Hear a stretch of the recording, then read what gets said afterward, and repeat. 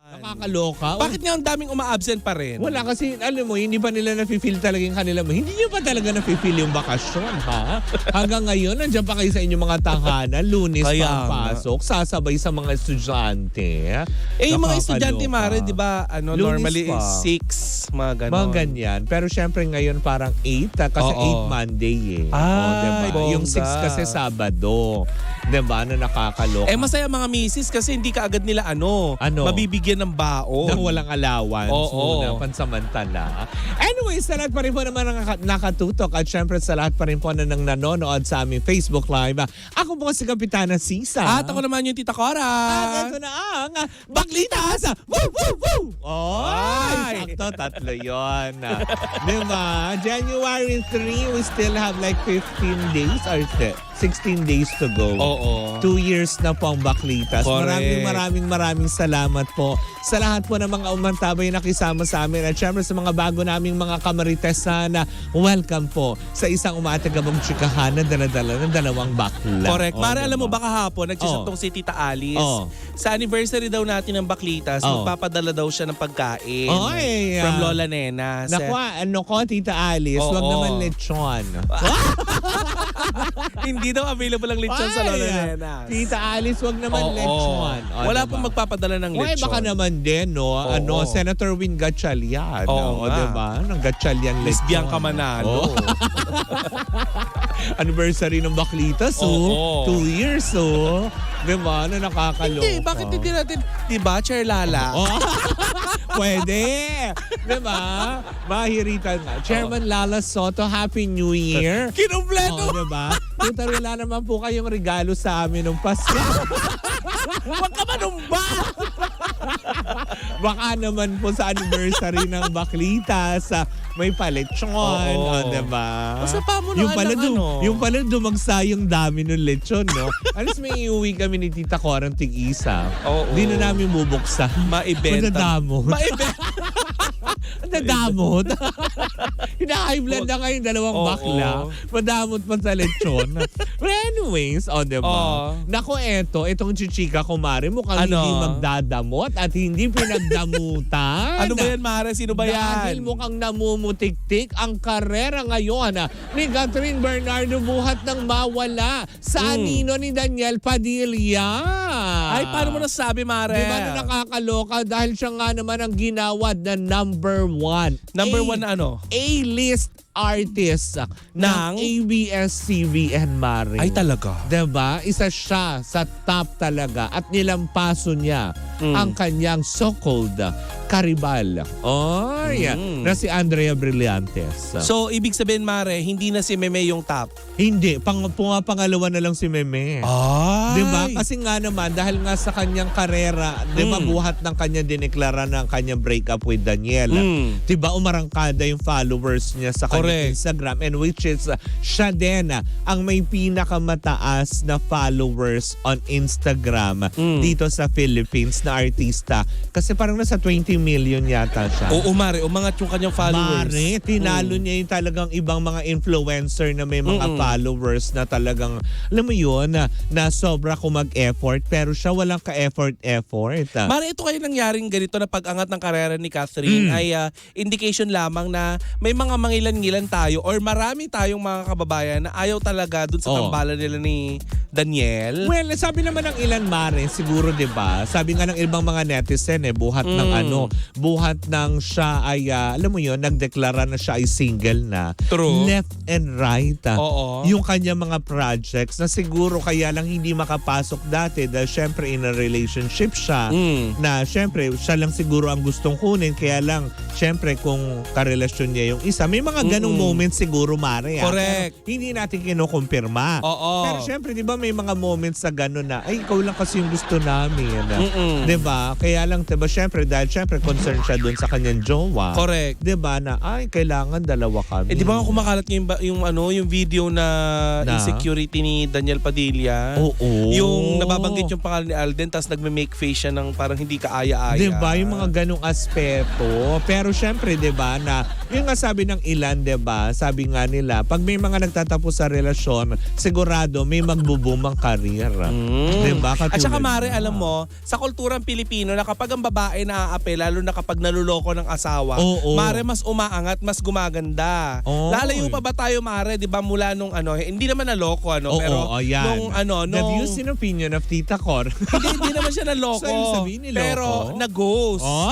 Si Bea Alonso, naalala Ay, mo? oo. Nung nag-ghost siya daw, di umano nito si Gerald Anderson, lalong nag-boom ang kanyang karir. Correct, diba? Diba? Ayan, at syempre para naman makompleto yung top 10, Mare. Sa top 10, wala si Daniel Padilla. Ay? Sa A-list artist ng ABS-CBN. Ito po ay Saan inilabas list na siya? mismo ng Kapamilya Online, kaya pwede nyo rin i-check. Dahil number 2 sa listahan si Meme Vice. Number 3 si Coco Martin. Wow. Number 3, akalain nyo ba naman, si Kim Chu. Ay. Number 4 si Ann Curtis. Ay. Tapos number 5 si Miss Regina Velasquez. Number 7 si Andrea Brillantes. Ay. Pumasok pa rin siya sa top Oo, 10 pero ang pasok pa layo. rin. At naungusan ni Andrea Brillantes si Sarah Geronimo dahil Ay, nagpang-8. talaga? Diba? Yun ang 9 naman si Joshua Garcia. At ang pang-10, Don Bell. So, Oo. silang dalawa? Dalawa. Ah. So hinahanap ng tao, nasaan si Daniel? Bakit na hindi na ba siya bankable artist? Baka nasa Ganon. listahan ng bigasang bayan. Baka nasa listahan ng 4-piece. Charot! Ay, hindi niya kailangan. Maraming pera si Queen Mother. Oh, ganun ba yun? Oo. Ay, mali mo na sila yung namimigay. Lusot ang bak. Pero yun na nga, diba? Sabi nga ng ilan, parang senyales ba ito na parang tipong ngayon umaalagwa na? Kasi siguro ngayon mas nagagawa na yung gusto ni Catherine sa kanyang. Kasi diba may kumalat noong December na video na nagkabalikan na. Oo. Pero marami nga nagsabi na ito ay lumang video. Diba? Na Yung may bit-bit silang baby. Oo, diba? Hindi, tsaka parang may baby ba? Yung booking. Yung Baby, parang lumayong sa bahay, yung kumakalat na sinasabi nagkabalikan na nga, diba? Iba pa yun. Oo, tapos parang sabi nga ng ilan, maraming kaagad nagsabi, ang tagal na niyang video na yan. Dahil iba na ang hair ni Catherine Bernardo ngayon kumpara sa mga video na pinalalabas niyo, nakakaloka kayo. Oo. Pero yun na nga. Sabi ng ilan, naku, mukhang mas aariba letran. Nakaksa. Mukhang aariba letran Mukhang pa. tagalitra ng Harvard mo. Mukhang aariba pa ang karera daw ni Catherine Bernardo ngayong 2024 dahil there's so much in store for Catherine. Kasi Mare, di ba, parang eto may mga nababali-balitaan So parang tayo. nagkatotoo na pala, Mari, yung prediction Na? nanganganga ang karir nung isa. Oo, di ba nga Kasi sabi ito nga, maalagwa baka pumasok na lang daw sa pagpupolitika. Kaya nakapila sa bigasang bay. Start muna sa chairman. Ay! Di ba parang barangay ano muna, kagawad. Kagawad ganon. yata, ganon. Kagawad muna. Oo. Pero, O kaya isama ng kanyang nanay sa face to face. char, ganon. O, diba? Pero yun na nga, sabi tuloy ng ilan, Mare, diba? Na parang ngayon, kasi diba, pinag-uusapan si Catherine. Diba may lalabas siyang pelikula kasama si Sanjo? Uy, alam mo, maugong pa rin ngayon na Oo. magkakaroon ng part 2 nga daw yung Hello, Love, Goodbye. Talaga? Oo, Mari. Diyos ko, 800 million yun. Ang Oy! kinita. Talaga ba? Mukhang mukhang kasi 'di ba? Mukhang actually wala pa naman sa kalahati kasi as of yesterday nasa 365 million na ang kinikita ng Rewind. Malayo, Mari. Malayo. pa. Wala sa kalahati. Wala, 'di ba? Oo. Iba pa rin talaga pag ang Catherine kasi actually siya nga rin si Catherine lang din ang bukod tanging babaita. Na alin. Na artista na nakapagtala sa loob ng isang araw ng Na, 100 million mark on a regular play date ay da. ng pelikula. Grabe naman si 100 Kat. million pesos. Ano na, Siya Andrea? pa lang ang nakakapagtala nun. Habulin mo naman yun. Diba? Hindi kaya dahil. Kumbaga parang wala Tumakbo na ng NLEX, nag-Skyway na, nag-NLEX, nag-Cavitex pa. So paano? Oo nga. Isang sa service road lang dumaan. Kaya ang traffic sa service. Ayaw magbayad ng Skyway to. Nagtipid. Mahal. Char lang, char. Dito tayo matipid. Char lang naman. Pero yun na nga, Mare. At least, Mare, yung mga ganitong nilalabas na ano, Oo. hindi naman para husgahan natin yung mga nasa Hindi ilalim ni naman. Catherine. Oo. Pero at least nalalaman natin kung sino talaga yung mga patoks talaga sa ABS-CBN. Correct. Tsaka hindi Lalo na, Mare, talagang para maging top 1 A-list artist ka. Oh, di ba? Sa ibig sabihin, 'di ba? Isa ka actually, 'di ba, dapat kung titignan mo doon yung top 5 lang, yung talagang really bankable. Pero syempre yung 6 to 10 okay naman din. Oo. 'Di ba? Na okay naman. Pero ano na yung iba? Oo. So baka na naman magtampo na naman dito si Janela Salvador. Kasi ewan. hindi nga lang siya nailagay sa front cover ng nag-post na sa ano, 'di ba? So sa Twitter. ngayon na naman naglabas na naman ng top 10 A-list ano. Syempre wala na naman siya doon. Ano na naman? Kung saan na lang siya ilista. Sa likod ng A-list. Ay, grabe naman kay Janela. Oo. Uy, ang ganda ni Janela. Oo, hindi yung totoo lang kasi nga 'di ba nung Alam mo, una, parang wala siyang anak. ha? Si Janela. Talaga ba? Nakita ko siya ng personal nung nag-tour ang Oo. Malyari dyan sa may Oo. Fisher Mall. Ang Oo. ganda-ganda niya. Tsaka nung parade. Oy, speaking of Malyari, diba? Kasama namin ang Arena Plus this coming Saturday sa BGC para sa block screening ng Malyari. Arena. Ay, na Malyari. Oo. Mapapanood Diba? mo na ang Malyari. Yes, mga sure, makakasama ang rubbing elbow with Piolo Pascual. Yes. Ano? Ganun talaga yun. Masarap talaga makipag-rubbing elbow kay Papa P. Naman, diba? Sinong may aayaw, Oo. diba? Fresh. Pero Mare, Oo. hindi mo magugustuhan i-rub ni Papa P kapag Ang alin? napanood mo yung Malyari. Talaga ba? Ay, die! Titili ba ako ng titili? Baka kumaripas ka ng takbo.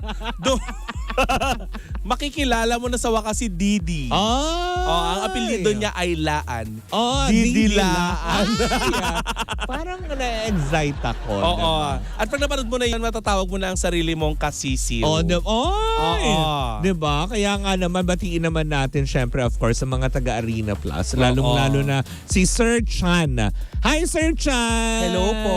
Ayan, na napakabait nating friends. Correct. Diba? From Arena Plus. But anyways, highways, Mare, mamaya magbabalik pa tayo. Correct, hindi ba? Siyempre, isang umatigabong chikahan na naman dala-dala natin dahil may pagkaumay Oo nga.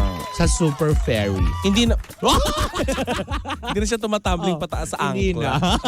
Ay, sa ano ba tawag doon? Oo. Sa Roof deck? Oh, hindi. Layag ng barko. Sa paglalayag. Oo. Di ba sa arko? Angkor. Angkor? Angkor. Oo. Angkla yun, di ba? Hindi na siya pangkalso.